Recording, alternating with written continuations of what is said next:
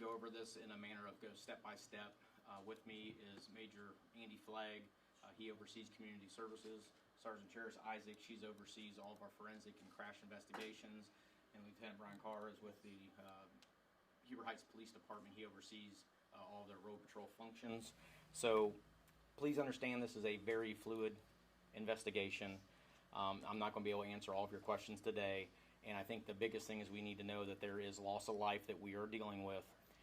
And out of respect for those families, there's some details that I'm just not going to go into right now for this investigation. So just understand that up front. I'm trying to be as honest, but the Sheriff's Office is very transparent in these investigations.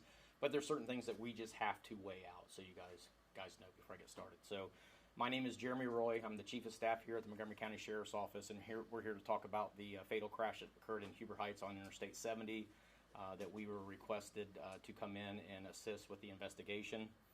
On October 5th, 2025 at 1:13 a.m., the Huber Heights Police Department was dispatched to the area of eastbound Interstate 70 between State Route 201 and 202, which is also Brant Pike and Old Troy Pike, for an injury crash.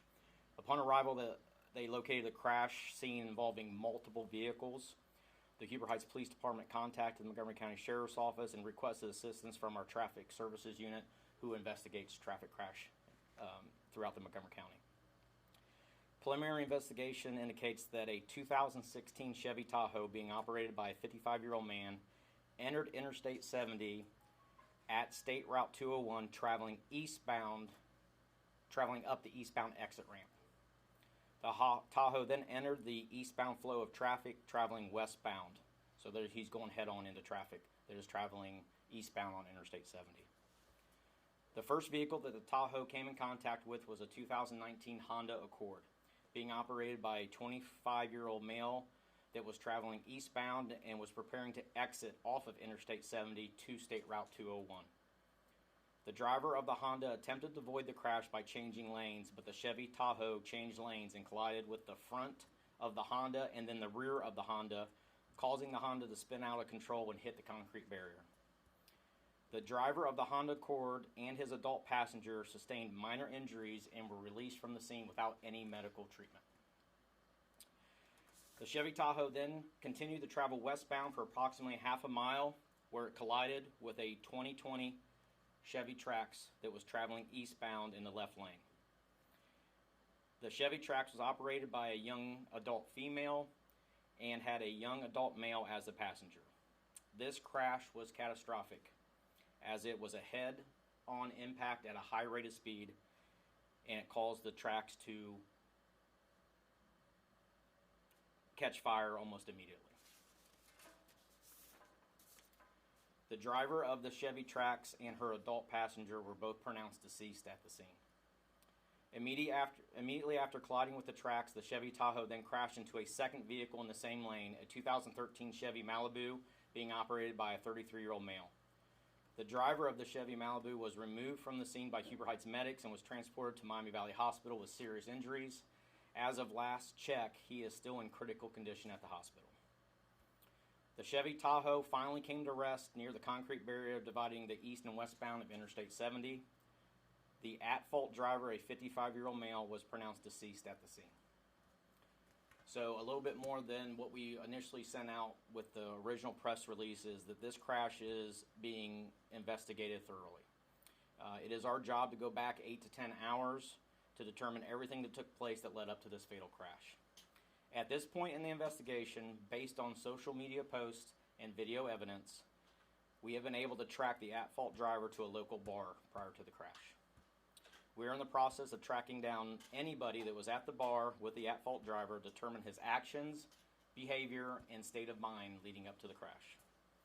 We are also continuing to interview witnesses that have come forward or called in that witnessed the crash, and if there's anybody else that saw the crash that was on Interstate 70 when the crash occurred, either right before or right after, we're asking them to call our regional dispatch center at 225-HELP because we want to talk to them.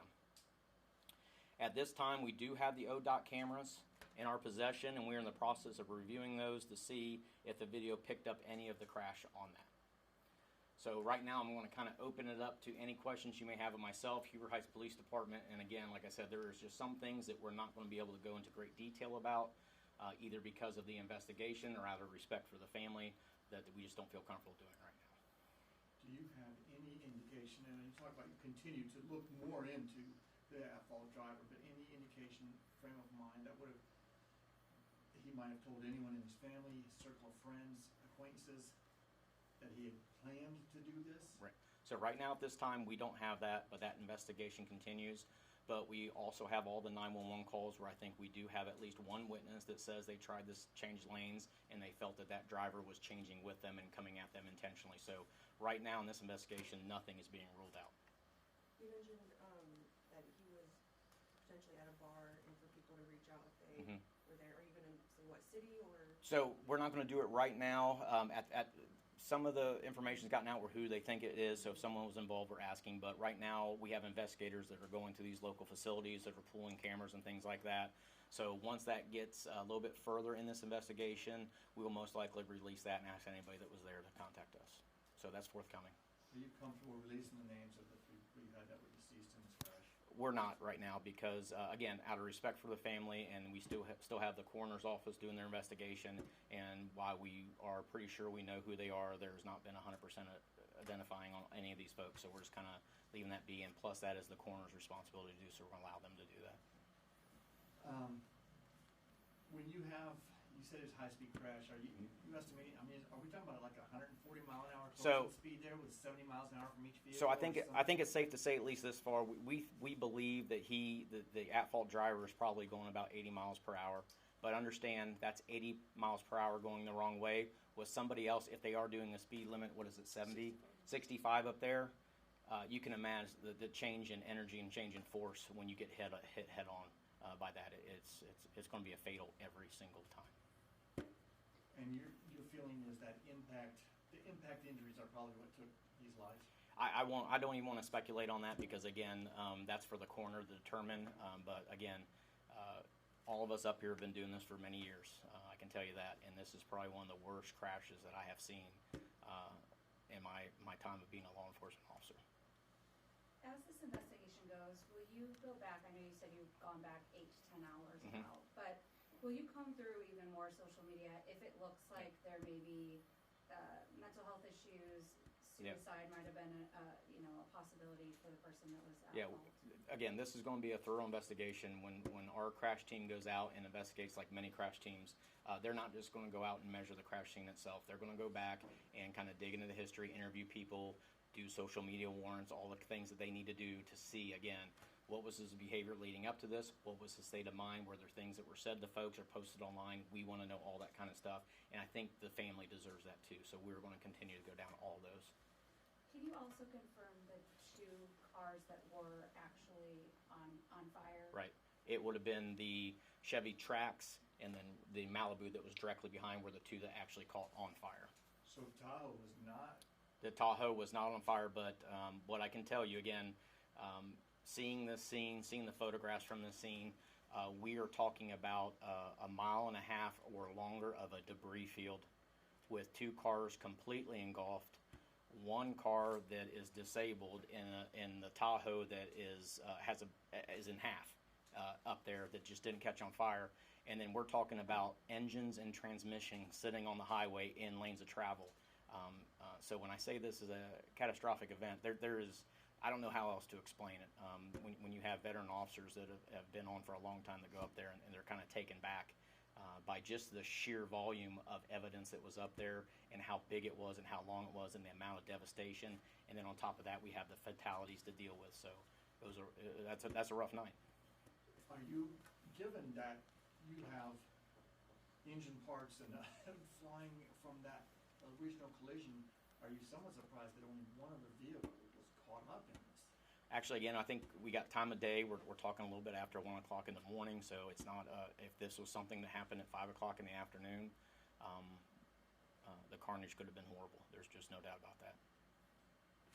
Hold on 1 second, she had I was just wondering how we can let people know, like, with no specifics, who should be reaching out to you? Like, people who think, I saw a guy who was very okay. Just wanted to Well, the first thing is we want is make sure that if anybody was on Interstate 70 between Old Troy Pike and Brant Pike, or anybody that was on Brant Pike, let's just say from 1 o'clock to about 1:20, where we know the crash was already over, is to contact us if they saw a Chevy truck that was driving erratically, doing anything. Again, this is just us trying to go back and piece everything together that led up to this crash to figure out why it occurred. Well, when you said the 55-year-old left a bar, I mean, was there any indication so far in your investigation that he was inebriated at the time? Again, we're looking at video, so seeing video, a lot of that will come with the talks that comes from the coroner's office. And can you talk at all about the person who was in the Malibu because that car was on fire?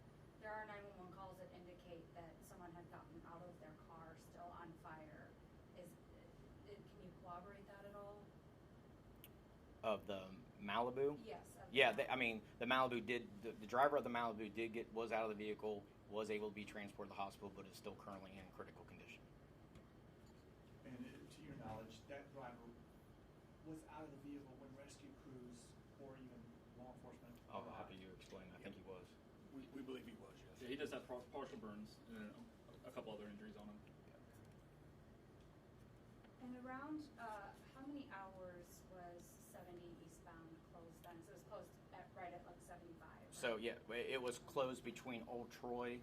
It probably before that because they were trying to route people off, but the initial closure was just before Old Troy Pike and all the way up to Brant Pike on both sides. And that shutdown started right when the accident happened. So we're talking about 1 o'clock in the morning, 1:15 in the morning, and it went through till what, 10:30?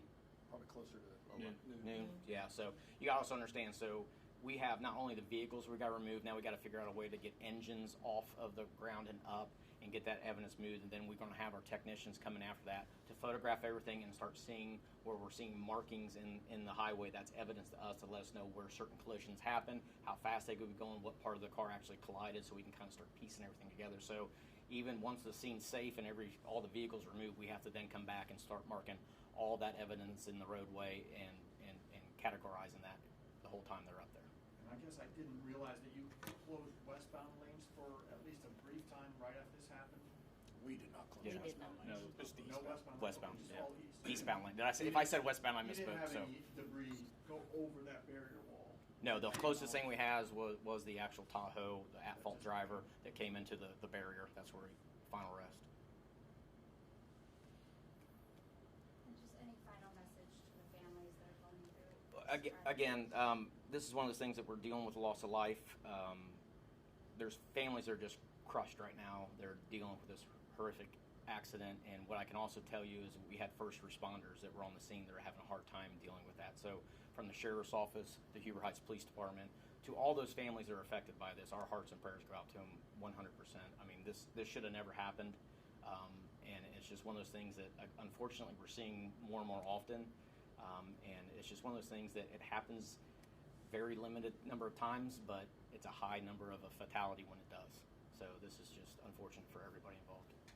I've seen on social media people in comment section saying like, why can't they put something, I don't know what they're called, that will pop your tires if you try to go the wrong way. Again, there's probably a thousand things that are out there. We have now on some highways that it's an alert system and things like that, but you also understand he goes up the interstate and literally under a minute is involved in the first crash. Under 30 seconds involved in the first crash. So those things are great to have. They're not going to, unless it's a barrier that shoots straight up and now we got to worry about someone coming off an interstate and hitting it too. It's not as easy as it looks to be able to stop that and not cause some type of other damage, because now you have a car sitting with someone coming off an interstate that's probably not prepared for a car to be disabled right in the middle of the exit ramp. You're not releasing the name of the at-fault driver yet, but I'm guessing you guys know who. We do. I think you know who it is. Mhm. Any past history with that person with local law enforcement? There's past history, but it's minor. It's traffic stuff. There's no DUIs. There's no criminal that I've seen to this point. But again, this is very early on that we've seen that would indicate that. That's all I have. I just want, if the lieutenant has anything to say on behalf of Huber Heights, just Nothing involved in the crash. I mean, also we do want to extend our thanks and gratitude to the Montgomery County Sheriff's Office for coming out at 1:13 in the morning and helping us with the carnage and the scene that was already described. Helped our guys out a lot. Good? Good. All right, guys, thank you. Thank you. If we get any updates, we'll push it all through Christine. And again, I think as this develops and we get a bar's name and a time frame, that'll most likely be pushed out, and we'll kind of go from there. So appreciate you.